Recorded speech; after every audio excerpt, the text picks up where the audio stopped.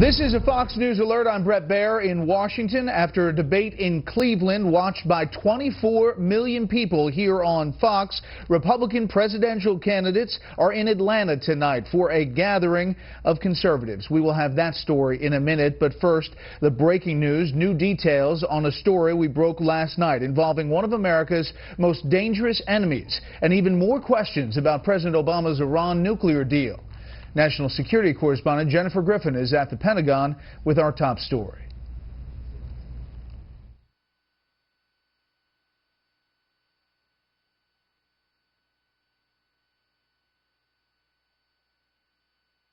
Griffin live from the Pentagon. We'll try to get that piece queued up. Jen, breaking news on the story that you broke yesterday on Soleimani. Well, what's interesting, Brett, is that yesterday it was very difficult to get any U.S. officials to comment or confirm the story. Today, Iranian officials came out and, in fact, confirmed not only that Qasem Soleimani, the general, the shadowy Iranian general who's been under sanctions by the U.S. since 2005, that he had traveled to Russia, but they also confirmed that he was there to do weapons deals, arms deals with the Russians, including talk of the S-300 missile system. Brett? Let's take a listen.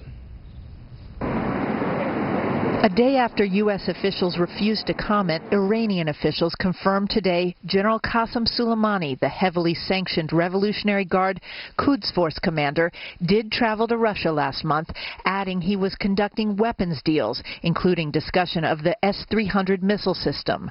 Today, U.S. Ambassador to the United Nations, Samantha Power, acknowledged the U.S. is very concerned about this development. This travel ban requires all states to prohibit Qasem Soleimani from traveling to their nation.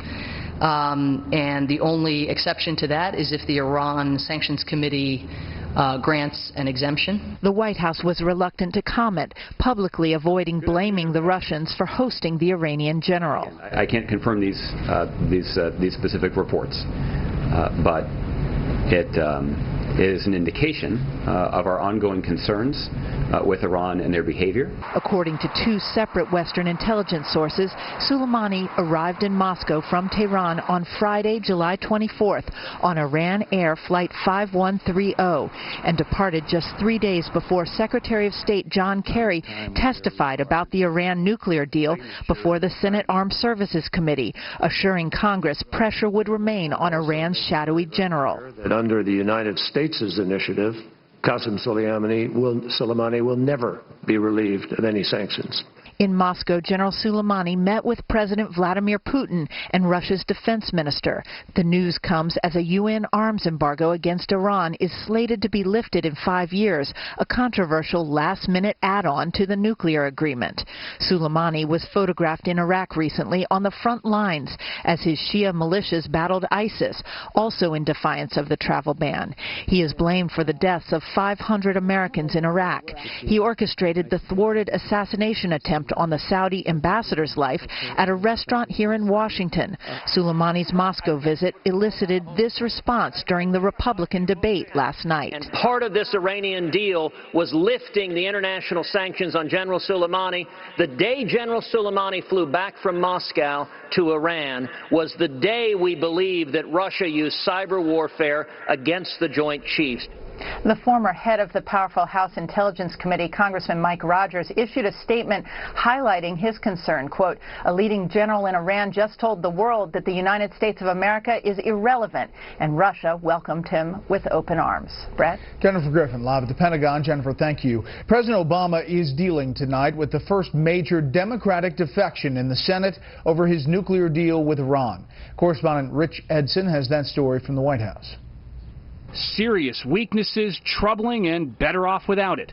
Just several of the more than 1,600 words New York Democratic Senator Chuck Schumer uses to describe the Iran nuclear agreement in announcing his opposition to it. Schumer will likely be the Senate's next top Democrat. He says he opposes the deal in part because he claims it would allow Iran, after 10 to 15 years, to be a nuclear threshold state with the blessing of the world community. The chief U.S. negotiator disputes that claim. I profoundly disagree with the judgment made. I would respectfully suggest suggest that rejection is not a policy for the future. It does not offer any alternative.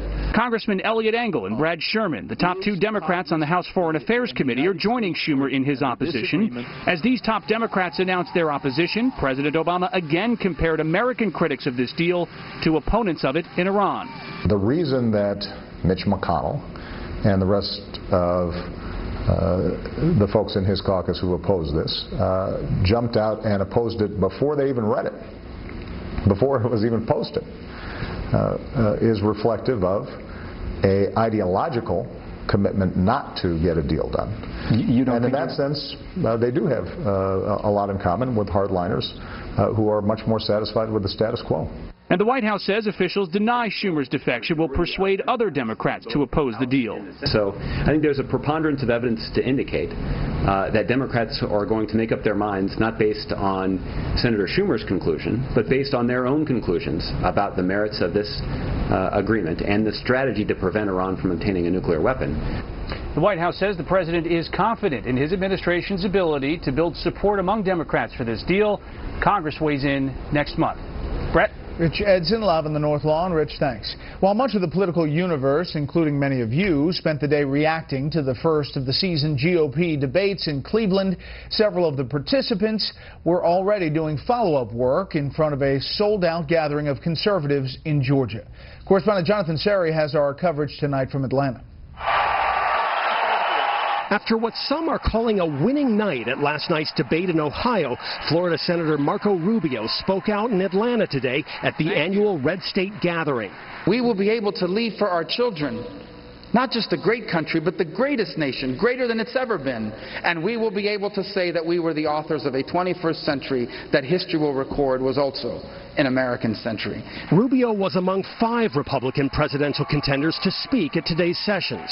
Both this administration and the Republicans in Washington, D.C., I will suggest, have failed us when it comes to funding our military. Let us not be apologetic for our position on life as conservatives. Immigration without assimilation is invasion. We must not let that happen in America. From defense to abortion to immigration, the candidates are using these early events to tout their conservative views before an influential crowd, according to Emory political science professor Merle Black. The overwhelming majority of people who show up, say, at the Red State will be very, very strong conservatives, many of them party activists, and they're looking for a candidate. They're looking for someone who expresses their views, but at some point they're also looking for someone who has a chance of actually being nominated or actually winning a presidential election. But usually those calculations come in much later in the process. Late this afternoon, former Hewlett-Packard CEO Carly Fiorina rallied the crowd. Most analysts agreed that she won the early debate yesterday. We have Inspector General reports that tell us every several months that they find federal government employees who are watching porn all day long and pulling down the same pay, pension, and benefits as somebody trying to do a good job. Really? As Donald Trump would say, you're fired. And Donald Trump is among 5 additional candidates scheduled to speak at the Red State Gathering tomorrow. The normally outspoken candidate expected to address fans at a Red State tailgate party at the College Football Hall of Fame. Brett? Jonathan Seri, live in Atlanta. Jonathan, thank you. Up next, breaking down last night's Republican presidential candidate debate. First, here's what some of our Fox affiliates around the country are covering tonight. Fox 20 in Montgomery, Alabama, as 6 people were injured when a tornado partially collapsed the roof of a Walmart in Troy. None of the injuries serious. The storm also flipped an 18-wheeler and tore out a wall of a nearby sporting goods store. Fox 35 in Richmond, Virginia, as the state begins recalling and replacing license plates bearing the image of the Confederate flag. Last week, a judge issued a ruling dissolving a 2001 injunction that allowed the symbol to appear on specialty plates. And this is a live look from Denver and our affiliate Fox 31. A team from the EPA accidentally triggered a huge release of orange and yellow mine wastewater into a tributary of the Animas River and down toward Durango. The river is closed to all watercraft now. Drinking water is not affected so far. That's tonight's live look outside the Beltway from Special Report. We'll be right back.